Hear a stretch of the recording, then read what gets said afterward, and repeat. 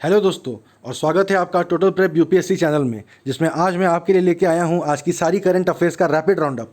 जी हाँ दोस्तों, the Hindu, Indian express, PIB और भी दूसरी सोर्सेज से वो सारी न्यूज़ जो यूपीएससी प्रीलिम्स और इसी तरह के एमसीक्यू बेस्ड एग्जाम्स के लिए रेलिवेंट है, इंपॉर्टेंट है। साथ ही साथ स्टैटिक के उन पोर्शंस पे भी हम नज़र डालेंगे जो कि इन न्यूज़ के करंट अफेयर्स में आ जाने की वजह से अब रेलिवेंट हो गए हैं। तो और ज़्यादा टाइम वेस्ट न करते हुए चलिए देखते हैं आज की क्या क्या करंट अफेयर्स की न्यूज़ हमें कवर करनी है। सबसे पहली बात, सबसे इंपॉर्टेंट बात, आज के फ्रंट पेज पर आप देख सकते हैं कि आज नेशनल डॉक्टर्स डे है। संजीवनी एक बहुत बढ़िया टीवी शो आता था कई साल पहले डॉक्टर्स के ऊपर, उसका पोस्टर मैंने यहाँ पर फ्रंट पेज पर लगाया हुआ है। तो याद रखिए, किसी भी एग्जाम में क्वेश्चन आए when was national doctors day, तो आपको बताना है 1 जुलाई, 1 जुलाई। याद रखने में भी आसान रहता है। चलिए चलते हैं आज की पहली न्यूज़ पर। Today's first news is about centralizing stamp duty collection. ठीक है, through finance act 2019 amendments were brought to the Indian stamp act 1899। देखिए ये एक्ट कितना पुराना अंग्रेज़ों का बनाया हुआ इंडियन स्टैम्प एक्ट 1899, उसमें कुछ अमेंडमेंट किए गए थे जो कि 1 जुलाई 2020 से अब इफेक्ट में आ गए हैं। ठीक है, These amendments were made for building a pan-India securities market and to boost ease of doing business। ठीक है, ease of doing business एक बहुत ही इंपॉर्टेंट टर्म है, क्योंकि इंडिया की ranking ease of doing business में किस रेट से इंप्रूव होती जा रही है ग्लोबली, इसको हमेशा न्यूज़ में ट्रैक किया जाता है। अलग अलग रिपोर्ट्स आती हैं जो बताती हैं ईज ऑफ डूइंग बिजनेस, विदेशी लोग भारत में आकर कितनी आसानी से अपना धंधा सेटअप कर सकते हैं, कितने कम रेगुलेटरी हर्डल्स उनके रास्ते में डाले जाते हैं, ये बताता है ईज ऑफ डूइंग बिजनेस। तो देखिए उसी को और बिजनेस को इंडिया में और ईजी बनाने की दिशा में एक कदम और उठाया गया है। अमेंडमेंट क्या है? पैन इंडिया सिक्योरिटीज मार्केट बनाने के लिए एक centralized system of stamp duty with a unified rate has been brought under the amendments. ठीक है, कि स्टैम्प ड्यूटी इंडिया भर में एक ही सिंगल विंडो में आपको पे करना पड़ेगा और उसका रेट पूरे इंडिया भर में एकदम यूनिफॉर्म रहेगा। Uniform stamp duty across all the states will be imposed for all financial securities transactions. For stock exchange, duty on the transaction of securities will be deposited to the central government as per the legal and institutional mechanism. The stamp duty is collected by the state government under uniformity. The central government will deposit it to the state government based on the place from where the trade took place। ठीक है, तो देखिए ये अगर आप India भर में कहीं भी सिक्योरिटीज एक्सचेंज कर रहे हैं, सिक्योरिटीज की खरीद फरोख्त कर रहे हैं, तो उसके लिए जो स्टैम्प ड्यूटी है वो आप सेंट्रल गवर्नमेंट को पे कर देंगे एक सेंट्रलाइज्ड रेट पे। देश भर में एक ही रेट लगेगा, लेकिन चूंकि स्टेट गवर्नमेंट को ये पैसा मिलने की बात है, तो सेंट्रल गवर्नमेंट वो पैसा स्टेट गवर्नमेंट को डिपॉजिट कर देगी depending on where the trade took place. ये इंपॉर्टेंट पॉइंट है। अगर आपसे एमसीक्यू में पूछता है कि कौन से स्टेट को पैसा मिलेगा, सिक्योरिटीज ट्रांजैक्शन होंगे तो स्टैम्प एक्ट में अमेंडमेंट जो किया गया है, तो कौन से स्टेट गवर्नमेंट पैसा कलेक्ट करेगी, तो जहां पर ये ट्रेड हो रहा है जिस जगह पे, बेस्ड ऑन दैट प्लेस, वहां उस स्टेट गवर्नमेंट को ये स्टैम्प ड्यूटी मिल जाएगा। For other financial securities transaction जो कि नॉन स्टॉक एक्सचेंज ट्रांजैक्शंस हैं, depositors will collect stamp duties on behalf of the state government. ठीक है, तो ये दो पॉइंट्स आपको पता चल गए जो which of the following are true about the stamps act करके। तो आपको आ सकता है एक 1899 में ओरिजिनल स्टैम्प एक्ट बना था जिसमें अभी अमेंडमेंट किया गया है। दूसरा, अगर आप किसी स्टॉक एक्सचेंज में ये खरीद फरोख्त कर रहे हैं सिक्योरिटीज़ की, तो जिस जगह पे ये ट्रांजैक्शन हो रहा है सेंट्रल गवर्नमेंट आपसे स्टैम्प ड्यूटी कलेक्ट करेगा, और जिस जगह पे ये ट्रांजैक्शन हो रहा है, मान लीजिए बॉम्बे स्टॉक एक्सचेंज में आप कर रहे हैं, तो बॉम्बे में महाराष्ट्र स्टेट गवर्नमेंट को ये पैसा सेंट्रल गवर्नमेंट जाके ट्रांसफर कर देगी। और अगर दूसरे फाइनेंशियल सिक्योरिटीज़ का ट्रांजैक्शन है जो कि स्टॉक एक्सचेंज के बाहर हो रहा है, तो जो डिपॉजिटर्स है, डिपॉजिटरीज हैं, वो स्टैम्प ड्यूटी कलेक्ट करेंगी on behalf of the state government. ठीक है, और transfer and re issue of debentures, the rate of duty proposed under the unified system is 0.0001%। ठीक है, द रेट ऑफ ड्यूटी, ये रेट ऑफ ड्यूटी मुझे नहीं लगता आपसे पूछेगा, पर याद रखने में कोई हर्ज नहीं है। यूपीएससी में ना सही किसी दूसरे एग्जाम में आपसे पूछ ले सकता है।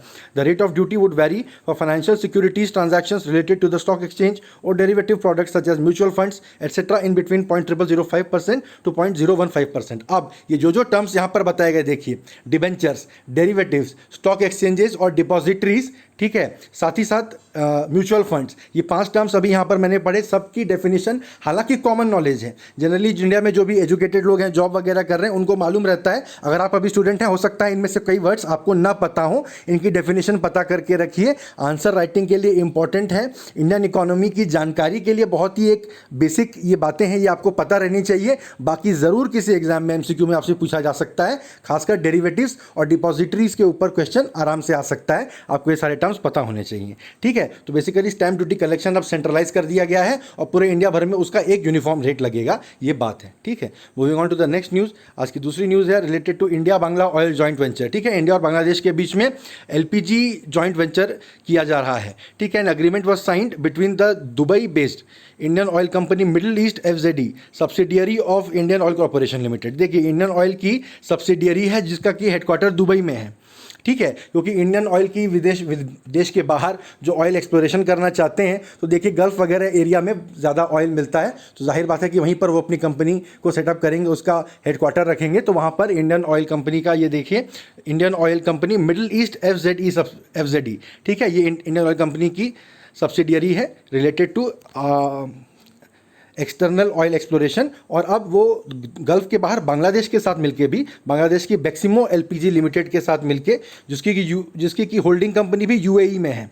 ठीक है, आरआर होल्डिंग्स लिमिटेड के साथ उन्होंने अग्रीमेंट किया है। Agreement signing event was virtually presided by Dharmendra Pradhan, जो हमारे minister of petroleum and natural gas हैं। कभी कभी भूले भटके इस तरह के क्वेश्चन आ जाते हैं दूसरे एग्जाम्स में कि हमारे फलाने के फलाने मंत्री कौन है। तो जनरली स्पीकिंग कैबिनेट में जो इंपॉर्टेंट पद हैं, फाइनेंस, डिफेंस, ये सब तो सबको पता रहता है, पर फर्टिलाइज़र, स्टील, बैंकिंग से रिलेटेड, रेलवे से रिलेटेड और पावर, इन सब से रिलेटेड, माइंस एंड मिनरल्स के रिलेटेड मंत्रालय कौन हैंडल कर रहे हैं, ये भी आपको याद रहना चाहिए। इन जनरल लिटरेसी के ही लिहाज से ही मान लेना चाहिए कि किसी भी लिटरेट इंसान को, एजुकेटेड इंसान को पता होना चाहिए कि हमारे देश में कौन सा महत्वपूर्ण मंत्रालय कौन से मंत्री के हाथ में है। ठीक है, as per the agreement for LPG business in Bangladesh, a 50-50 joint venture company would be formed. Compound annual growth rate of the LPG market in Bangladesh is expected to be around 12 to 13%। ठीक है, कंपाउंड एनुअल ग्रोथ रेट क्या होता है, CAGR, important term है Indian economy के point of view से। जिन्होंने finance की पढ़ाई की है वो जानते होंगे, जिन्होंने नहीं की है उन्हें ये टर्म पता होना चाहिए। इसको गूगल करके इसके ऊपर एक डेफिनेशन याद करके आप रखिए। ठीक है, तो इंडिया और इंडियन ऑयल कंपनी की जो ऑफशोर विदेशों में ऑयल एक्सप्लोरेशन की सब्सिडियरी है, वो बांग्लादेश की इस कंपनी के साथ मिलकर एक 50-50 पार्टनरशिप में जॉइंट वेंचर कंपनी बना रही है। ठीक है, कहा यह जा रहा है कि बांग्लादेश में एलपीजी का जो मार्केट है वो 12-13% प्रति साल के दर से बढ़ रहा है। The LPG market in Bangladesh has registered 5-fold growth over the last 5 years। पिछले 5 सालों में 5 गुना वहाँ एलपीजी का मार्केट हो गया है। तो बहुत ज़्यादा मुनाफा कमाने की ये अपॉर्चुनिटी है। तो वहाँ पर एक ऑयल कंपनी है जिसको कि शायद उतनी एक्सपर्टीज़ ना हो जितनी इंडियन ऑयल कंपनी को ऑयल एक्सप्लोरेशन में एक्सपर्टीज़ है, तो उनके साथ उन्होंने 50-50 जॉइंट वेंचर किया है। देखिए एक्चुअली यहाँ पर काम होगा कैसे, तो in one of deep water ports of Bangladesh, the company will set up a large LPG terminal.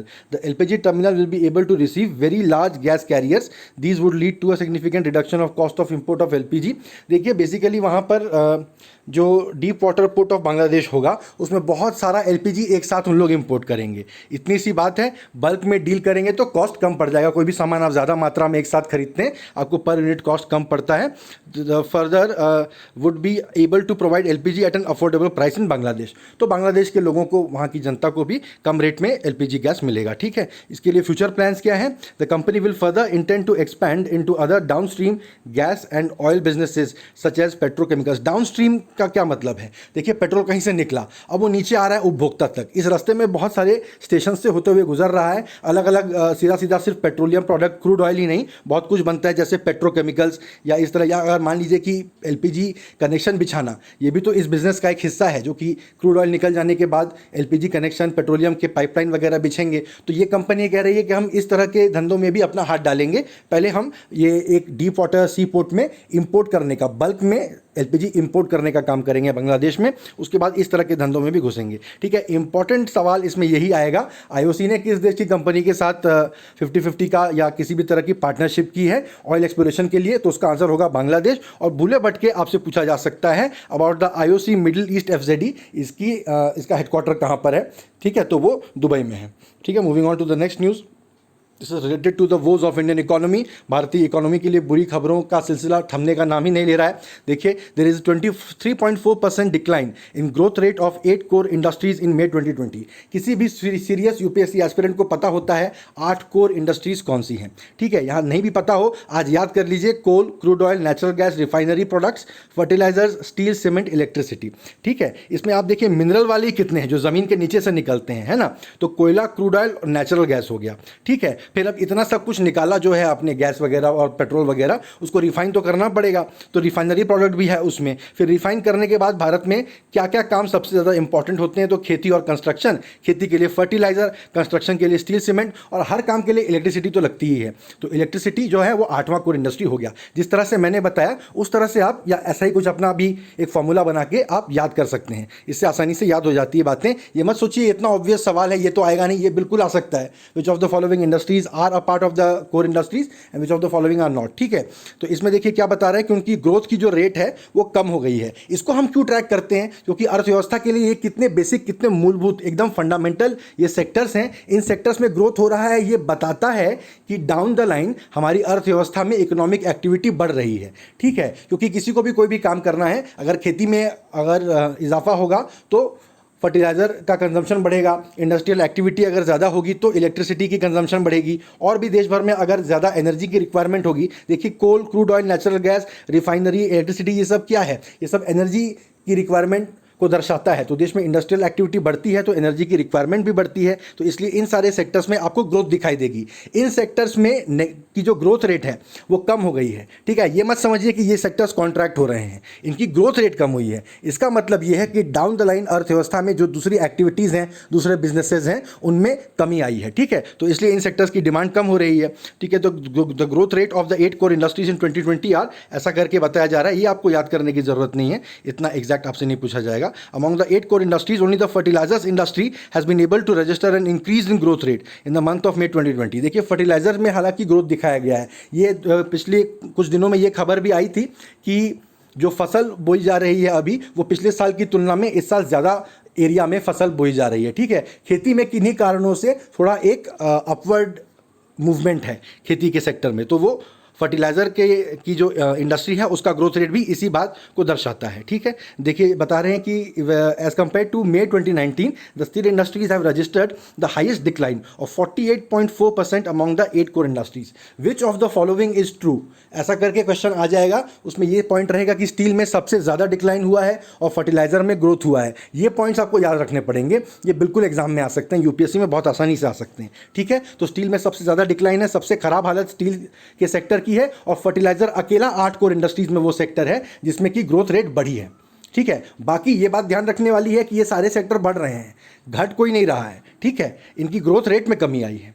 ठीक है, चलिए moving on to the next news. आज national day of doctors, sorry international day of doctors नहीं है, today is the national day for the doctors to express gratitude toward the doctors and physicians for their dedicated service. The day 1 July the birth as well as the death anniversary of one of the renowned physicians in India, doctor Bidhan Chandra Roy, doctor BC Roy. देखिए उनके जन्म और मृत्यु दोनों आज के दिन हुई थी, इसलिए आज के दिन को नेशनल डॉक्टर्स डे के रूप में सेलिब्रेट किया जाता है। बहुत आसानी से एक MCQ बन सकता है कि 1 जुलाई को क्यों सेलिब्रेट किया जाता है ये नेशनल डॉक्टर्स डे। ठीक है, the first National Doctors Day was celebrated in the year 1991. The day is organized by Indian Medical Association. ये एक पॉइंट और इंपॉर्टेंट है, कौन सेलिब्रेट करता है। हालांकि यहाँ ऑब्वियस लग रहा है इंडियन मेडिकल एसोसिएशन, लेकिन अगर आपको ऑप्शंस में हेल्थ मिनिस्ट्री, WHO इस तरह के ऑप्शन दे देगा तो आप वहाँ पर जाके कंफ्यूज हो सकते हैं। अब जैसे मैंने आपको बताया है कोई भी डे सेलिब्रेट होता है तो ये देख लेना चाहिए इस बार की थीम क्या थी। क्वेश्चन को टफ करने के लिए which of the following are true about the national doctors day, उसमें ये एक पॉइंट दे देगा इस बार की थीम क्या थी। ठीक है, इस बार की थीम थी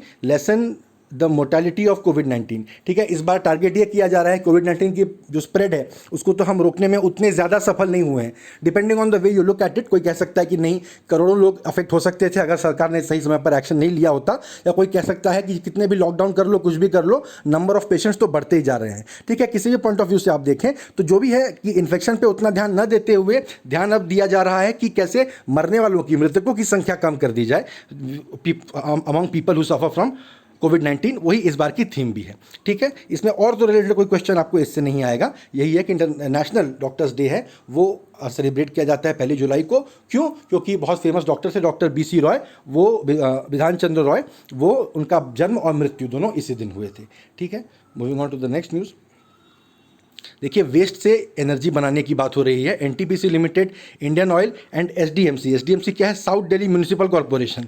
ये मिल के दिल्ली में वेस्ट जो कचरा जमा होता है उससे एनर्जी बनाने की बात कर रहे हैं। दिल्ली में कचरा जो सॉलिड वेस्ट है ज़मीन के ऊपर पहाड़ जैसा इकट्ठा होते रहता है, एक बहुत बड़ी प्रॉब्लम है, बहुत विजिबल प्रॉब्लम है, जो कि हमारे शहरों के वेस्ट मैनेजमेंट जो स्ट्रैटेजी है और जो पॉलिसी है उसके फेलियर को दर्शाता है। ठीक है, कैसे इन वेस्ट से डील किया जाए? ज़मीन में डालोगे पानी को कॉन्टामिनेट कर देगा, और जलाओगे तो वो हवा को कॉन्टामिनेट कर देगा, रखे रहोगे तो देखने से ही समझ में आता है, प्लस वहाँ आसपास के रहने वाले लोगों में बीमारियाँ फैलती है, उस जगह वो जगह रहने लायक नहीं बच जाती। और कब तक एक के ऊपर एक आप पाइल करते रहोगे? पता चला कचरे के पाइल में भूस्खलन हो गया और कचरे के नीचे दब के लोग मर गए, तो बहुत ही खतरनाक परिस्थितियाँ उपज सकती हैं। इसके कोई out of the box solution खोजे जाने की आवश्यकता थी। देखिए उसी तरफ एक कदम उठाया गया है, एक मेमोरेंडम ऑफ अंडरस्टैंडिंग साइन किया गया है। किनके बीच में? एनटीपीसी, इंडियन ऑयल और एसडीएमसी। देखिए NTPC thermal power, Indian oil निकालने का काम करते हैं, और तीसरी पार्टी है साउथ दिल्ली म्यूनिसिपल कॉर्पोरेशन, क्योंकि कचरा इकट्ठा म्यूनिसिपल कॉर्पोरेशन करती है। तो अब इसमें कौन सी पार्टी क्या करेगी? देखिए एनटीपीसी पहले से ही हम लोग गैस कर लेते हैं। ऐसे ही कोई हेडलाइन अगर आप देखेंगे और अपने मन में पहले अगर 2-3 सेकंड सोचेंगे कि क्या हो सकता है, उसके बाद आप अगर न्यूज़ पढ़ेंगे तो हमेशा के लिए आपको याद रह जाएगी बात, है ना। वरना पढ़ते पढ़ते आप निकल जाएंगे, आगे पाठ पीछे सपाट, आगे दौड़ पीछे छोड़ वाली बात हो जाएगी। पढ़ते बहुत है पर उतना याद नहीं रहता वाला प्रॉब्लम फिर सामने आएगा। एनटीपीसी जो है नेशनल थर्मल पावर कॉर्पोरेशन, वो चीज़ों को जला के गर्मी पैदा करती है, फिर उससे पानी का भाप बना के ये टरबाइन घूमता है जिससे कि बिजली पैदा होती है। जाहिर बात है वो कचरा जला के बिजली पैदा करेंगे। इंडियन ऑयल क्या करेगा ये पता नहीं है। म्यूनिसिपल कॉर्पोरेशन तो कचरा इकट्ठा करता है। चलिए ठीक है, आइए देखते हैं न्यूज़ में क्या दिया है। The waste to energy plant will be set up at Delhi's Okhla. Okhla करके दिल्ली में इलाका है, वहाँ पर ये प्लांट सेटअप किया जाएगा। ठीक है, जैसे अगर आपको एक इंटरेस्टिंग पॉइंट पता ना हो मैं बता दूँ, नोएडा का नाम सबने सुना है। नोएडा जो कि यूपी में दिल्ली के नेशनल कैपिटल रीजन एरिया में आता है, एनसीआर में आता है। नोएडा जो है north new Okhla industrial development authority है। ठीक है, ओखला जो जगह है गांव का नाम है। ओखला के आगे एक नया शहर बसाया गया प्लांट तरीके से, उसका नाम न्यू ओखला रखा गया, और उसको सेटअप करने के लिए जो अथॉरिटी सेटअप की गई उसका नाम था new Okhla industrial development authority. उसके अंडर में जो एरिया आया उस अथॉरिटी के अंडर में उसका नोएडा नाम रखा गया। ठीक है, तो जो पुराना ओखला रह गया वहाँ पर देखिए ये अब waste to energy plant setup किया जाएगा। ये ऐसा एमओयू साइन किया गया, memorandum of understanding. Memorandum of understanding मैंने पहले भी आपको बताया है, एक ऐसा अग्रीमेंट है जो कहता है कि आगे चल के हम अग्रीमेंट करेंगे। ये अपने आप में एक अग्रीमेंट नहीं है, सिर्फ एक अंडरस्टैंडिंग है। ठीक है, ये क्या करेगा? It will help in addressing the issue, the major issue of waste, and will also lead us towards a more energy efficient and greener future. The problem of solid municipal waste in tier 2 and tier 3 cities of the country has been increasing from day to day. ठीक है, ये तो जो मैंने आपको बताया वही है। About the waste energy plant क्या है? Gasification technology will be used in the waste energy plant that will have the capacity to process 17,500 tons of RDF, refuse derived fuel per annum. RDF देखिए term है, कोई पूछ सकता है exam में, RDF क्या होता है? When it comes to waste collection, waste management. ठीक है, refuse derived fuel, refuse derived fuel मतलब रिफ्यूज यानी कचरा, कचरे से बनाया गया फ्यूल जो है उसको आरडीएफ कहा जाता है। तो from combustible components of municipal waste RDF is produced. जिन कचरों को जलाया जा सकता है उनसे रिफ्यूज डिराइव्ड फ्यूल्स निकलते हैं। Through gasification technology the RDF will be use for the production of syngas. देखिए ये एक इंपॉर्टेंट टर्म आ गया, सिंगैस क्या होता है? Syngas will be further use to generate electricity by using it in the reciprocating engines और टर्बाइंस। सिंगैस एक intermediary product है, कचरों को जला के सिंगैस बनेगी, सिंगैस को और प्रोसेस करके बिजली बनाई जाएगी। ठीक है, सिंगैस क्या होता है आप इसको गूगल करके ये टर्म याद करके रखिए। बाकी रिफ्यूज डिराइव फ्यूल, आरडीएफ जो है कचरों से बनाया गया फ्यूल होता है। और किनके बीच में ये waste to energy plant setup किया जा रहा है? ओखला में। और कौन सी 3 एजेंसीज का आपस में अंडरस्टैंडिंग हुआ है? एनटीपीसी, इंडियन ऑयल और साउथ दिल्ली म्यूनिसिपल कॉर्पोरेशन। ठीक है, तो ये काफ़ी इंपॉर्टेंट ये न्यूज़ है, आज की छोटी सी न्यूज़ है, बिल्कुल इससे एक एमसीक्यू आने वाला है यूपीएससी प्री में, आप मान के चलिए। ठीक है, moving on to the next news. Matsya Sampada magazine निकली है। मत्स्य देखिए मैंने पहले भी बताया है कि संस्कृत और हिंदी इस तरह के टर्म्स जो जानते हैं वो कई सारी योजनाओं के नाम, सरकारी विभागों के नाम, ये इन्हीं संस्कृत और हिंदी और हमारी किसी न किसी पौराणिक हमारी जो लेगेसी है, हमारी जो हेरिटेज है, उससे ये नाम लिए जाते हैं। तो अगर ये थोड़े वर्ड्स आपको क्लियर रहेंगे अगर, तो क्या होगा कि एग्ज़ाम में आप बैठेंगे, कोई योजना का नाम आपको पता नहीं है और कोई सरकारी विभाग का नाम आपको पता नहीं है, तो भी किसी प्रोजेक्ट का नाम पता नहीं है, इस नाम से आप उसको संस्कृत में क्या मीनिंग होती है, हिंदी में क्या मीनिंग होती है करके एलिमिनेशन प्रोसेस से आप ऑप्शंस मार्क कर सकते हैं। ठीक है, मत्स्य का मतलब ही होता है मछली। ठीक है, मत्स्य और संपदा मतलब मछलियों वाली हमारी जो धरोहर है, संपदा यानी एसेट।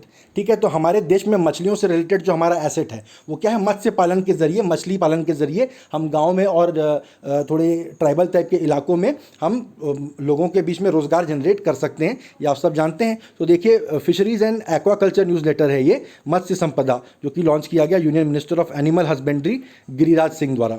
ठीक है, ये क्वार्टरली मैगजीन है। Matsya Sampada will be published on a quarterly basis. The operational guidelines for the Pradhan Mantri Matsya Sampada Yojana scheme have also been published in the first edition of the newsletter. ठीक है, देखिए इस न्यूज़लेटर का क्या एम है, it is aim to reach out to the fishers and fish farmers of the country. ठीक है, अब ये एक बहुत ही क्लासिक सरकारी बाबुओं द्वारा सरकारी दफ्तर के अंदर बैठ के बनाई गई योजना है। वो सोच रहे हैं कि मछुआरे उनकी मैगजीन पढ़ेंगे और इसके ज़रिए वो मछुआरों तक संवाद कर पाएंगे। हालांकि हर जिले में मत्स्य पालन अधिकारी वगैरह भी होते हैं, उनके थ्रू भी आप कम्युनिकेट कर सकते थे, पर ये सोच रहे हैं कि हम वो मैगजीन निकालेंगे। अच्छा, उन्होंने ऐप नहीं बना दिया कि मछुआरे हमारा ऐप डाउनलोड करके हमारे स्कीम्स के बारे में पढ़ेंगे। ठीक है, ये इस तरह की योजनाएं सरकार में बाबू बैठ के बनाते रहते हैं, जो कि आप कॉमन सेंस की बात, किसी को भी कोई भी कॉमन सेंस लगा सकता है। मछुआरे सरकारी मैगजीन जाके खरीद के नहीं पढ़ने वाले हैं। ठीक है, आइए हम योजना के ऊपर ध्यान देते हैं। प्रधानमंत्री मत्स्य संपदा योजना with an investment of ₹20050 crore. ठीक है, 2050 crore. The Pradhan Mantri Matsya Sampada Yojana was launched in May 2020. Through the scheme, responsible and sustainable development of the fisheries sector will be aimed, which will further help in creating an आत्मनिर्भर भारत। ये भी आत्मनिर्भर भारत योजना का हिस्सा है कि मत्स्य पालन और मत्स्य संपदा के विकास में, डेवलपमेंट में मछुआरों वगैरह को हेल्प पहुंचाकर इसमें क्या किया जाएगा, 55 लाख जॉब जनरेट की जाएंगी। ठीक है, ऐसा माना जा रहा है to be created over the next 5 years as the target has been set for an additional 7,70,00,000 tons of fish production per year. ठीक है, फिशरीज डेवलपमेंट जो है भारत के, अगर आने वाले समय में हम समाज के हाशिए पर रह रहे लोगों को, लोगों तक पैसा पहुंचाना चाहते हैं, क्रय शक्ति पहुंचाना चाहते हैं, उनका विकास करना चाहते हैं, तो खेती के साथ साथ ये मत्स्य पालन वाले सेक्टर पर भी बहुत ध्यान देने की ज़रूरत है। इस सेक्टर से रिलेटेड जो जो योजनाएं हैं, सरकार के क्या क्या प्लान्स हैं, उनको आप गूगल करके पढ़ के नोट करके रखिए। किसी न किसी आंसर राइटिंग में आप इसको मेंस में यूज़ कर सकते हैं, क्योंकि मछली पालन एक भारत में ऐसा सेक्टर है जो कि बहुत ही कम डेवलप्ड है। मछली को सिर्फ पालना नहीं, उससे रिलेटेड जानकारी पब्लिक में बांटना, और अगर उन मछलियों को हार्वेस्ट करके किसी कोल्ड स्टोरेज वगैरह का इस्तेमाल करके उन्हें विदेशों में एक्सपोर्ट किया जा सके, तो बहुत ज़्यादा एम्प्लॉयमेंट जनरेट किया जा सकता है गाँव में, क्योंकि खेती में ज़मीन अब इतने लोगों को सस्टेन नहीं कर पा रही है। उतने सारे लोग जो खेती पे निर्भर करते हैं उनके लायक अब खेती में प्रोडक्शन हो नहीं पा रहा है। तो ये एक ऐसा सेक्टर है जो कि रूरल एरियाज़ में रहता है, बहुत ज़्यादा कोई टेक्निकल एजुकेशन इसके लिए नहीं चाहिए। और तालाब और मछलियाँ तो वैसे ही हैं, मछलियाँ लोग वैसे ही पकड़ रहे हैं, उसको इंडस्ट्रियल स्केल पे करने की ज़रूरत है। तो इसके लिए सरकार को कदम उठाने की ज़रूरत है। सरकार इस एरिया में कदम उठा भी रही है। क्या क्या स्कीम्स हैं, सरकार की क्या योजना है, क्या क्या और कदम उठाए जा सकते हैं, ये सब आप नोट्स बना के प्रिपेयर्ड रखिए। ठीक है, moving on to the next news. Delhi, अभी देखिए लोकस्ट की ये जो टिड्डी दलों की समस्या है हल होने का नाम ही नहीं ले रही है। इसके लिए हेलीकॉप्टर सर्विस का इस्तेमाल किया जा रहा है। ठीक है, तो राजस्थान के बाड़मेर से एक हेलीकॉप्टर को फ्लैग ऑफ किया गया, तो जिसमें स्प्रे इक्विपमेंट था, तो उत्तर प्रदेश के गौतम बुद्ध नगर के लिए। ठीक है, तो union minister for agriculture and farmers welfare Narendra Singh Tomar जो है कृषि और खाद्य मंत्री हैं, तो उन्होंने इस हेलीकॉप्टर को लॉन्च किया, एक तरह से झंडा दिखाया। तो helicopter will be deployed for locust control in the desert areas of Rajasthan. Districts that the helicopter will cover are Nagaur, Jodhpur, Barmer, Bikaner, Jaisalmer और जोधपुर 2 बार बताया हुआ है यहाँ पे। तो राजस्थान के ये जिले हैं जहाँ पर बहुत ज़्यादा टिड्डियों का आतंक है। एक हेलीकॉप्टर जाके उनके ऊपर स्प्रे करेगा। हालांकि एक हेलीकॉप्टर कितना स्प्रे कर पाएगा ये देखने वाली बात होगी। The helicopter will be able to cover about 25 to 50 hectare area in one flight. In a single flight it will have the capacity to carry 250 litres of pesticide. ठीक है, अब ये पेस्टिसाइड कितना टिड्डियों के ऊपर गिरेगा, कितना इंसानों के ऊपर गिरेगा, ये भी देखने वाली बात होगी। ये जो हेलीकॉप्टर ऑपरेशन है, ये देखिए United Nations Food and Agriculture Organization ने वार्निंग दी थी पिछले हफ्ते कि डेजर्ट लोकस्ट्स में breed in the semi arid desert region of Rajasthan as the monsoon rains will make it suitable for them to breed.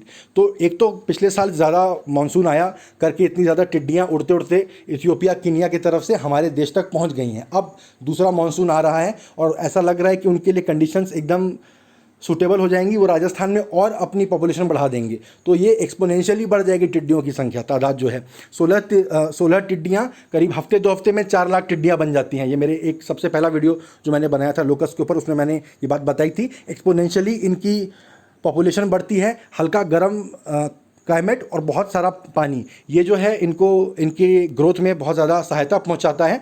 तो राजस्थान में ये संभावना है, इसलिए जो एग्जिस्टिंग क्रॉप ऑफ लोकस है, टिड्डियों का जो एग्जिस्टिंग पॉपुलेशन है, उससे बहुत अर्जेंटली हमें डील करने की ज़रूरत है। इसलिए इस तरह के ड्रास्टिक मेजर्स लिए जा रहे हैं। देखिए, हेलीकॉप्टर से पेस्टिसाइड स्प्रे किया जा रहा है, ठीक है। अब ऐसा क्या किया जा रहा है, देखिए 11 अप्रैल से 28 जून तक a total of 2,33,000 hectares of land has been covered under locust control operations in 9 states of India. बहुत बड़ा मासिव ऑपरेशन है। देश में और भी बड़ी बड़ी घटनाएं चल रही हैं, कोरोना का पैंडेमिक है, इसलिए न्यूज़ में उतना इसको कवरेज मिल नहीं रहा है, वरना ये बहुत बड़ा ऑपरेशन है। 9 राज्यों में आप देखिए 2.5 लाख हेक्टेयर ज़मीन पर अगर टिड्डी कितना छोटा सा प्राणी होता है, उसको कंट्रोल करने का प्रयास किया जा रहा है। In terms of crop loss, only from the state of Rajasthan there have been reports of minor crop losses. Crop losses अभी तक उतनी मेजर हुई नहीं है, ठीक है।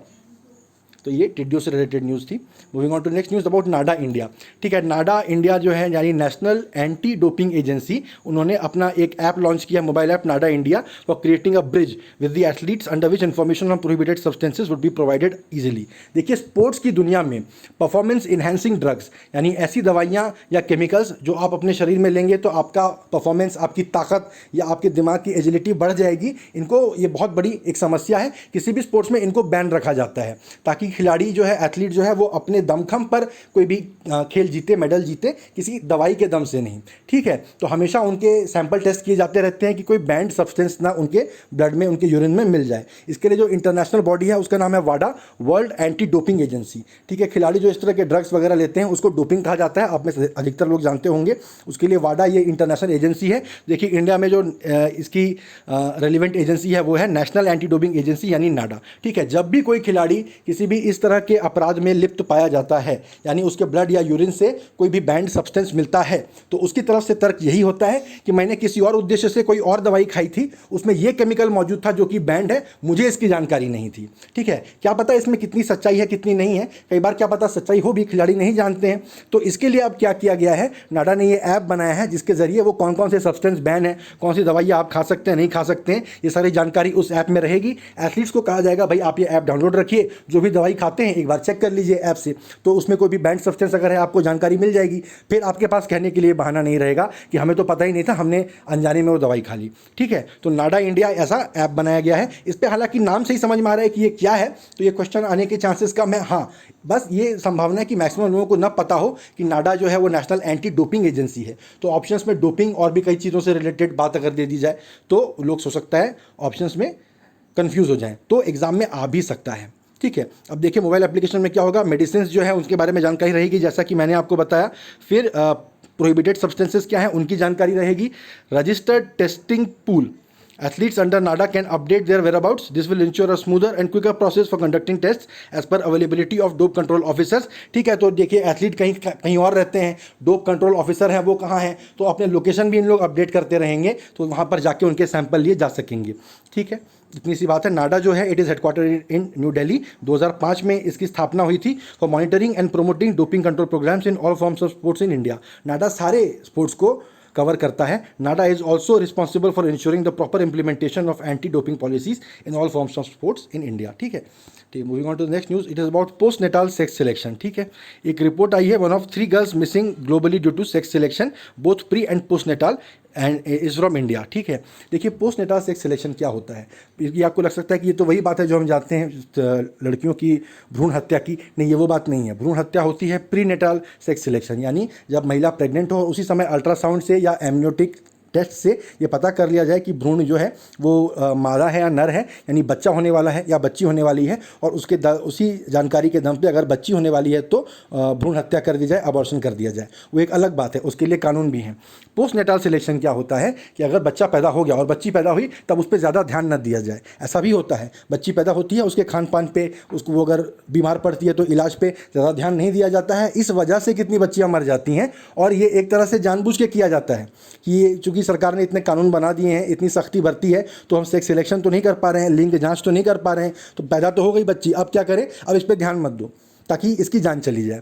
ठीक है, तो क्या एक रिपोर्ट आई है जो कि कह रही है कि दुनिया भर में जो 1 in 3 गर्ल्स मिसिंग, जो कि प्री नेटाल या पोस्ट नेटाल जैसे भी हो, भ्रूण हत्या हो अगर लिंग के आधार पे, उसमें से 1/3 भारतीय बच्चियां होती हैं। ठीक है, 46 million out of the total 142 million according to the UNFPA, जो United Nation Forum on Population जो है उसकी state of the world population 2020 report में आया है बात। ठीक है, state of the world population report ये UNFPA निकालता है, याद रखिए ये क्वेश्चन आ सकता है क्योंकि ये बात न्यूज़ में आ गई है। ठीक है, तो an estimated 1 in 9 deaths of girls below the age of 5 in India, the highest among all countries, may be attributed to postnatal sex selection। ठीक है, 9 बच्चियां अगर 5 साल की उम्र में मरती हैं, एक तो 5 साल से कम उम्र के मरने वाले 1000 में जितने भी बच्चे हैं उन्हें इन्फेंट मोर्टेलिटी रेट कहा जाता है। ठीक है, और अगर बच्चों को जन्म देते हुए जितनी माताओं की मृत्यु हो जाती है उसे मैटरनल मोर्टेलिटी रेट कहा जाता है। ठीक है, तो इन्फेंट मोर्टेलिटी रेट में 5 साल से कम उम्र में जितनी बच्चियां मर जा रही हैं उनमें 9 में से 1 यानी लगभग 10% जो है, ऐसा कहा जा रहा है कि जानबूझ के उन्हें मरने दिया गया, पोस्ट नेटाल सेक्स सिलेक्शन। ठीक है, ये टर्म मैंने आपको बता दिया, ये इंपॉर्टेंट है, ये आर्टिकल आप चाहें तो पढ़ सकते हैं, इसमें और ज़्यादा एग्जाम के पॉइंट ऑफ व्यू से कोई पॉइंट नहीं है। ठीक है, moving on to the next news. देखिए हर रोज़ ये आज लगातार चौथा दिन है वर्ल्ड बैंक कहीं ना कहीं इंडिया को फंड कर रहा है, फाइनेंस कर रहा है। इसलिए कल ही मैंने ये जो न्यूज़ थी कवर की थी, तो उसमें मैंने हेडिंग दिया था इंडिया वर्ल्ड बैंक भाई भाई। रोज़ ऐसा लग रहा है या तो वर्ल्ड बैंक ज़्यादा पैसा दे रहा है या वर्ल्ड बैंक चाह रहा है इंडिया में उसका प्रेस अच्छा हो, रोज़ कवरेज आ रही है। ठीक है, आज नमामि गंगे को फंड दिया गया है। नमामि गंगे आपको पता है मोदी गवर्नमेंट की बड़ी ही फ्लैगशिप योजना थी। जब नरेंद्र मोदी प्रधानमंत्री बने थे पहली बार 2014 में, तब उन्होंने इस तरह की बातें कही थी कि गंगा माई के बुलावे पे मैं आया हूँ, और लगा था कि ये सरकार जो है गंगा के पानी जो एकदम अशुद्ध हो चुका है, एकदम पॉल्यूटेड हो चुका है, उसके प्यूरिफिकेशन पे पूरे ज़ोर शोर से लगने वाली है। पूरा जल शक्ति मंत्रालय अलग से एक बनाया गया और गंगा को लेकर नमामि गंगा और इस तरह के और भी कई प्रोजेक्ट लॉन्च किए गए। लेकिन पता चला बाद में कि ये कार्य बहुत ही मेहनत टास्क है, बहुत ही मुश्किल है, और बहुत सारी योजनाएं, बहुत सारे स्कीम्स को लॉन्च करने के बाद भी कुछ 1-1.5 साल पहले सुप्रीम कोर्ट ने एक पॉइंट दिया था कि एक बूंद भी गंगा का पानी साफ नहीं हुआ है। पता नहीं हज़ारों करोड़ रुपए कहाँ गए।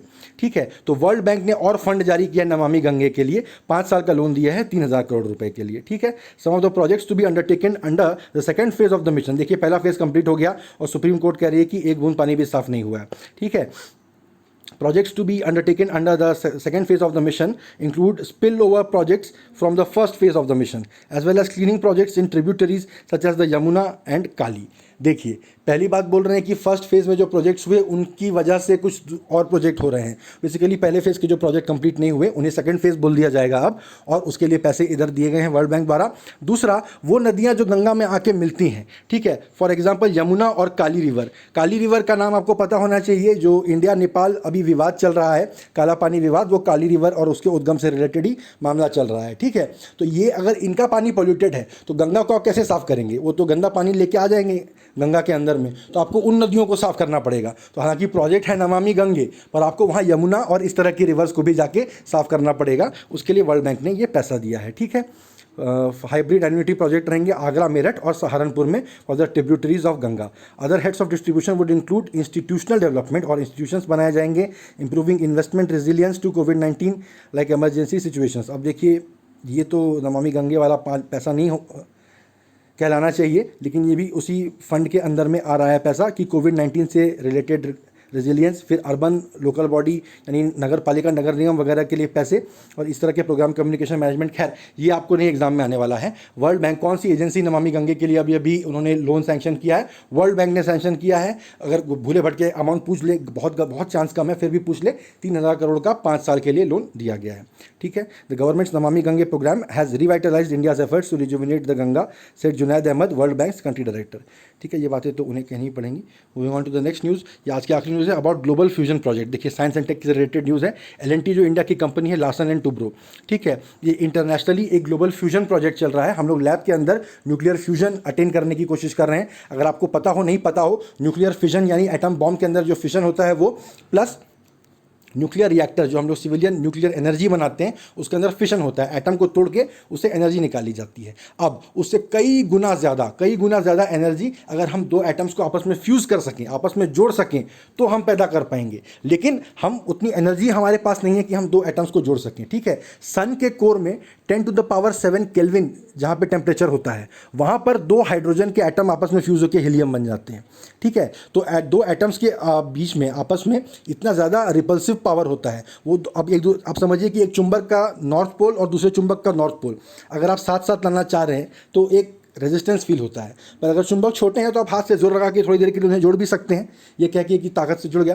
पर जैसे ही आप हाथ उठाएंगे वो दूर फेंका जाएगा। ये जो दूर फेंकाने वाली एनर्जी है, उस एनर्जी को हम हार्वेस्ट कर सकते हैं। वो एक एनर्जी है ना, वो फिशन और फ्यूजन के लिए हम उसी तरह से आप ऐसा समझ सकते हैं, उस एनर्जी को हार्वेस्ट करते हैं। लेकिन ये चूंकि इतना ज़्यादा उनके बीच में रिपल्शन है, इतनी ज़्यादा ताकत से एक दूसरे को रिपल्स कर रहे हैं, उतनी ही ताकत आपको लगेगी उन दोनों को नज़दीक लाने के लिए, है उससे थोड़ी ज़्यादा ही ताकत लगेगी। उतनी ताकत हम लोग लैब में क्रिएट नहीं कर पा रहे हैं, ठीक है। सन के कोर में ये 10⁻⁷ केल्विन टेम्परेचर में ये चीज़ होती है, प्लस वो इतनी ज़्यादा गर्म जगह है कि वहाँ मैटर जो है अपने चौथे स्टेट में, प्लाज्मा के स्टेट में पाया जाता है। मैटर के स्टेट से रिलेटेड आए दिन न्यूज़ आ रही है, बोस आइंस्टीन कॉन्डेंसेट और फर्मियन स्टेट जो होता है, फर्मी स्टेट जो होता है, ये मैटर के 5वें और 6वें स्टेट है। चौथा स्टेट होता है प्लाज्मा। सन के कोर में मैटर प्लाज्मा के रूप में पाया जाता है, ठीक है।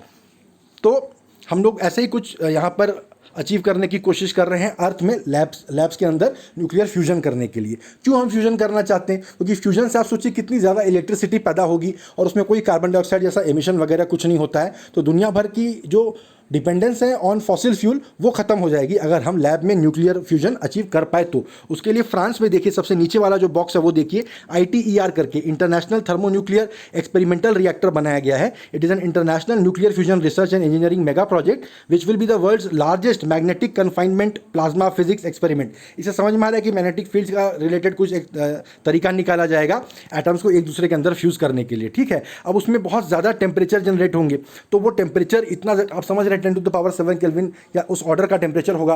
कैसे हम उसको अंदर कंट्रोल करेंगे? तो उसके लिए क्रायोस्टैट यानी इस तरह का डिवाइस बनाया जाएगा जो कि बहुत एक्सट्रीम टेम्परेचर्स को कंट्रोल जो कंट्रोल कर सके, अपने अंदर में कंटेन कर सके। लैब में बहुत कम, बहुत लो टेम्परेचर्स जब रखते हैं टिश्यूज़ को, लिविंग टिश्यूज़ को जहाँ पे स्टोर किया जाता है, तो उसके लिए क्रायोस्टैट डिवाइस बनाया जाता है। यहाँ पर एक्सट्रीम टेम्परेचर, हाई टेम्परेचर के लिए क्रायोस्टैट बनाया जाएगा। उसका जो लिड होगा वो L&T ने बना के भेज दिया है $20 बिलियन के ग्लोबल फ्यूजन प्रोजेक्ट के लिए, ठीक है। तो इसमें जो पॉइंट मैंने आपको बताया सब MCQ के पॉइंट से रिलेवेंट है। कौन सी Indian company global fusion project में लिड बना के भेज रही है? तो उसका आंसर है L&T।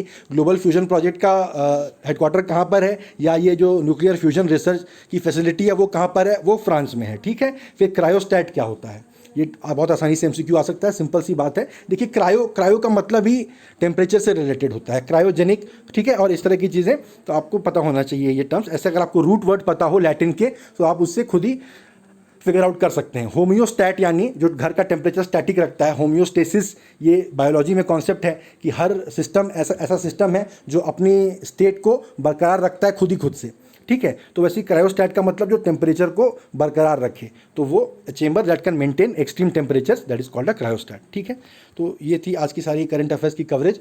मुझे उम्मीद है मेरा अप्रोच आपको पसंद आया होगा, और जो इंपॉर्टेंट पॉइंट्स मैंने यहाँ पे हाईलाइट किए हैं उन सबको नोट करके, और जो स्टैटिक के पोर्शंस मैंने रिवाइज करने के लिए बोले हैं उन सबको रिवाइज आप तुरंत कर लेंगे, क्योंकि अभी आपने वीडियो देखिए, कॉन्सेप्ट आपके दिमाग में फ्रेश है, अभी तुरंत पढ़ लेंगे एक बार तो हमेशा के लिए याद हो जाएगा। तो गाइज, अगर आपको मेरी वीडियोज़ पसंद आ रही हैं, मेरी वीडियोज़ को लाइक करिए, मेरे चैनल को सब्सक्राइब करिए, अपने दोस्तों के साथ शेयर करिए, और कमेंट सेक्शन में मुझे बताइए कि और UPSC प्रिपरेशन से रिलेटेड किस तरह की वीडियोस आप मेरे चैनल पर देखना चाहेंगे, ठीक है। थैंक यू गाइज, मिलते हैं कल।